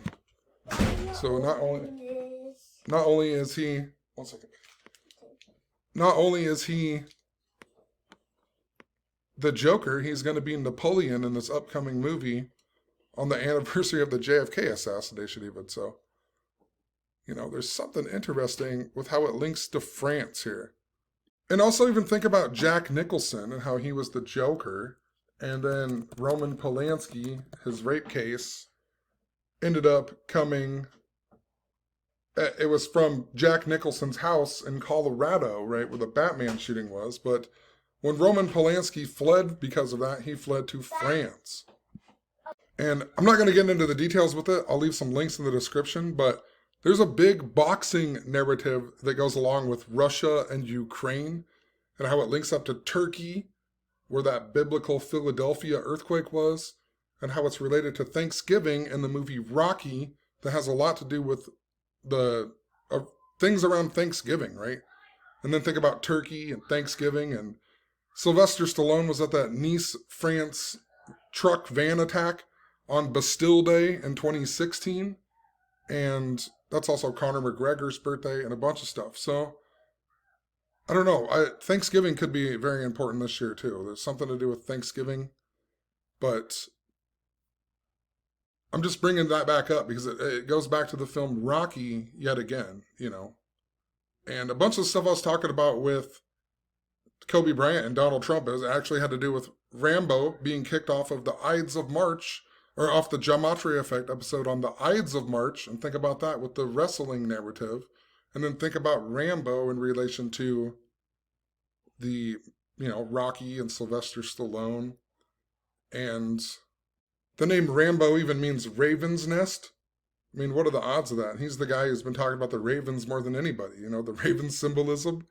And then the name Rambo literally means Raven's Nest. So there's definitely some way it all connects back here. We're also coming up on the 34th anniversary of the Loma Prieta earthquake that happened during the World Series. So October 17th will be the 34th anniversary of that. That was in San Francisco as well. So it's just interesting, in regards to all the 34 stuff. It's just an interesting thing that's going to be the 34th anniversary. And another reason to connect it back to Jacksonville, right? So the city of Jacksonville is where the wrestling league, the AEW, is from, right? AEW, All Elite Wrestling. And this only stands out because the final ever match of the first guy to ever win a championship in the AEW was the wrestler Chris Jericho. And let's just put it down here right quick. Chris Jericho. And if you remember, Chris Jericho actually signed with the AEW on the same day that Donald Trump gave a speech about the wall in 2019, I believe it was. And that was during the 34-day government shutdown, and the word shutdown equals 34. And Chris Jericho's birthday is on November 9th, the day that Donald Trump was announced as the winner of the 2016 election, just before there was a big earthquake in Christchurch, New Zealand on Prince Charles's birthday that year, the day of the closest supermoon since 1948. And, Donald Trump had the biggest election upset since the year 1948 and a bunch of other stuff. But, he had that birthday, which is also the day the Berlin Wall came down. But, think about Jacksonville being where the All Elite Wrestling is headquartered. And remember the greatest Royal Rumble in 2018, right after WrestleMania 34. It was the last WWE match that Chris Jericho was in. And it was also the last WWE match, I'm pretty sure, that Mark Henry was in, the guy who knew a victim of the Austin bomber. And Mark Henry is also in the AEW now. And there is also, Bob Barker was on the WWE one time, and he had this segment called The Price is Raw, September 7th, 2009. And the winner of The Price is Raw just so happened to be Chris Jericho. And one of the other contestants that was on there, well, I don't have a picture of it, of the four contestants that were on there, one of them was the father of Bray Wyatt. So Bray Wyatt's father was on this segment with Bob Barker. Then Bob Barker dies right after Bray Wyatt. And the winner was Chris Jericho, who was the first champion of the AEW that's headquartered in Jacksonville. And then Bob Barker dies the same day that we get a shooting in Jacksonville at the Dollar General store. So there's definitely some way that it all connects back to that. And think about the greatest Royal Rumble yet again.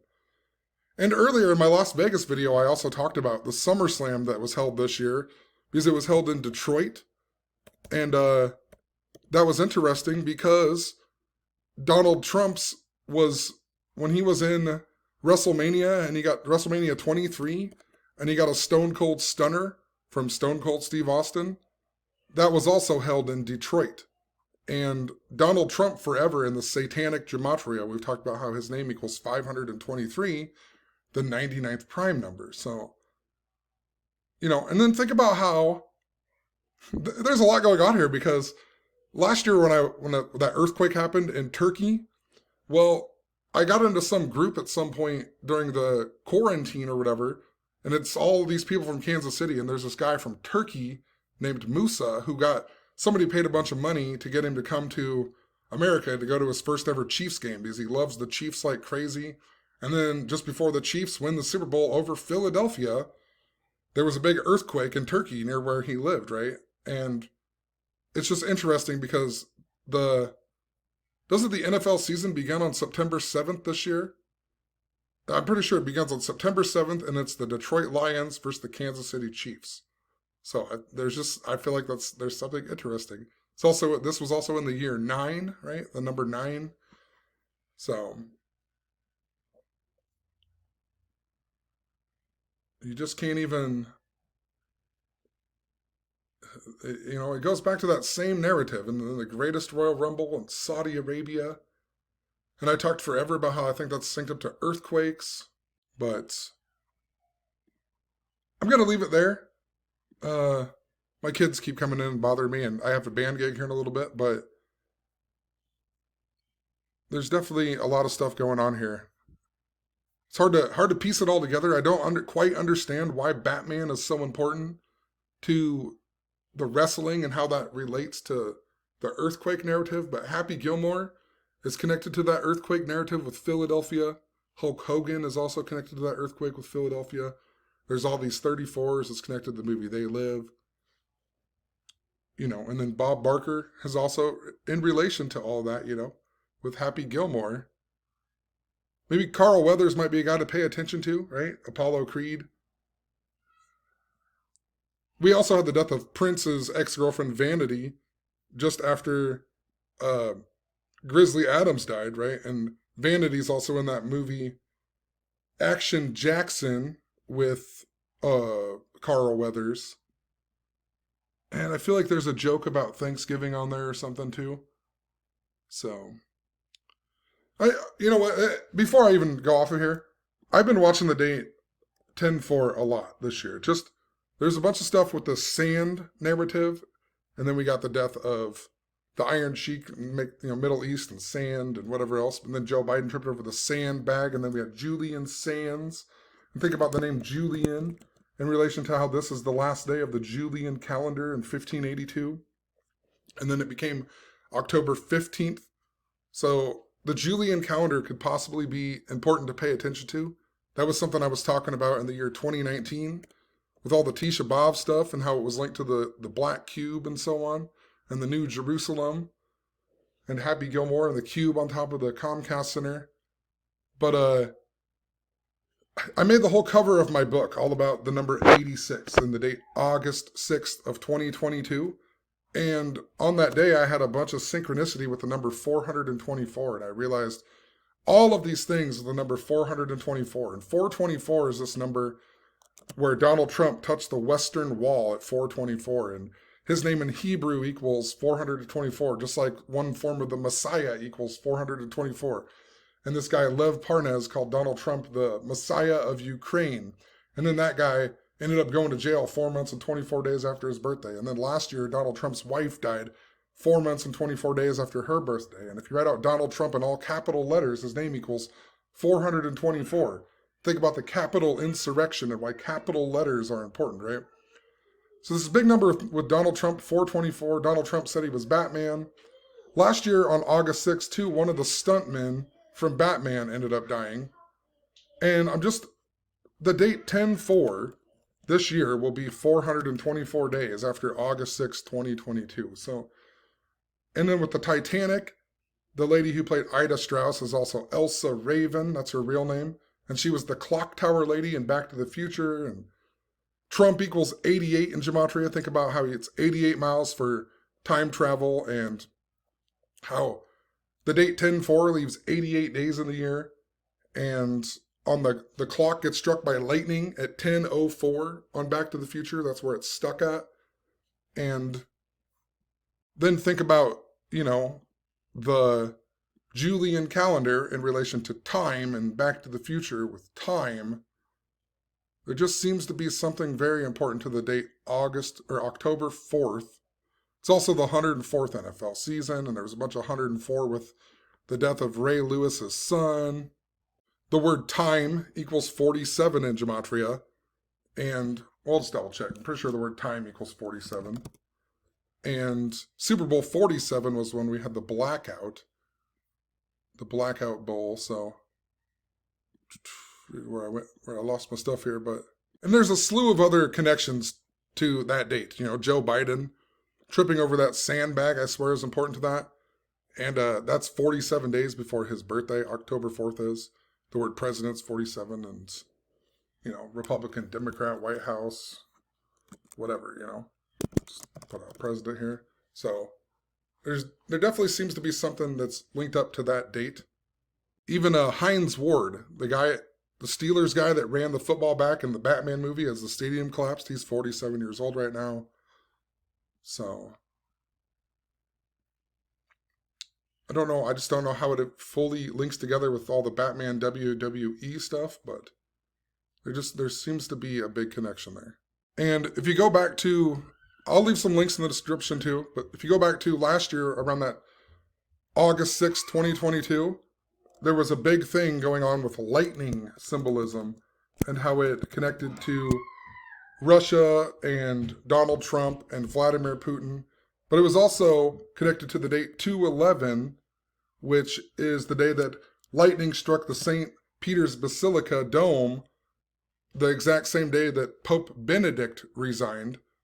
And that's also Alex Jones's birthday. Think about him with regards to Sandy Hook, and he was big in the news last August. There was a bunch of, and they had a Vladimir Putin statue in the Sandbox in New York Square or whatever, or New York, the park there, Central Park. They put him in a sandbox, a statue of him. So once again, that sand.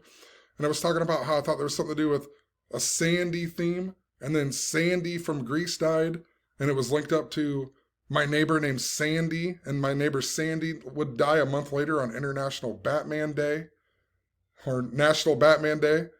So it's just interesting how I think it was linked to 2/11 with that lightning symbolism, and this year the Super Bowl is going to be held on 2/11, which is the anniversary of Vatican City being established, and that was established the same year as the stock market crash. And if you go back to 2018, the Super Bowl the Eagles had won was all connected to the stock market symbolism, right? It was in U.S. Bank Stadium and a bunch of other stuff. And then there was a bridge collapse just after that Super Bowl on the Ides of March. And it was the same day as the 44th mayor of San Francisco's 44th birthday, right? And he became the mayor 4 months and 4 days before the Golden Gate Bridge anniversary, and the word earthquake equals 44. So I'll leave it there. There's just a lot of interesting connections that seem to point to the date August 4th, or maybe August 4th is a catalyst for me to understand something different, but just lots of interesting things. So I really got to go. My kids I can hear them coming again. So have a good one. Peace. Actually, I wanted to add one more thing to this video, but I didn't discover it until I had already started the video, and I didn't know where to place it. But notice that Zenith of the Alpha America left me a comment on January 17th of 2023, and he was talking about Bob Barker and how in the Primes cipher, Bob Barker equals 222, and this cipher is important to prime numbers, such as how K is the 11th letter and the 11th prime number is 31. So you add all these up, and Bob Barker equals 222. And he was pointing out how Drew Carey's birthday is on 5/23, which is the day that leaves 222 days in the year. And of course, the 99th prime number is 5/23, and Bob Barker was 99 years old. But what's so interesting about this is that he gave me this comment on January 17th, and if you go to the day that Bob Barker died, it just so happens to be a span of 222 days later. So Bob Barker even dies in connection to that comment that he left to me about Bob Barker possibly dying. So, just some crazy stuff. This date also interests me because January 17th is the day that my first son was born in 2018, and that was just after the Las Vegas shooting, and I was talking all about The Price is Right and a bunch of stuff. And just before he was born, I made a blog post and I talked all about the bridge symbolism and the number 231, that number that's important to Happy Gilmore And that number that's important to The Price is Right. So that means that, Bob Barker also died 222 days after my son's birthday. And it's no longer on YouTube, but I made a video around the time that my son was born, how I had a bunch of synchronicity with the number 72, and how it involved, I think it was the 72nd episode of Family Guy. And on that episode, they said, it's a boy or whatever, and then they have a scene with Sylvester Stallone, right? So it was connected to Rocky.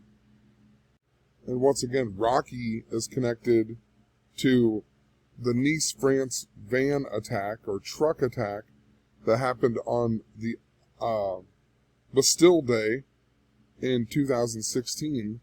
But just again with France, it's interesting with this number 222 because the French monarchy actually fell on August 10th, which is the 222nd day of the year. So I'll have to do some research into that, but that's just something that sticks out to me right away. So anyway, have a good one. Peace.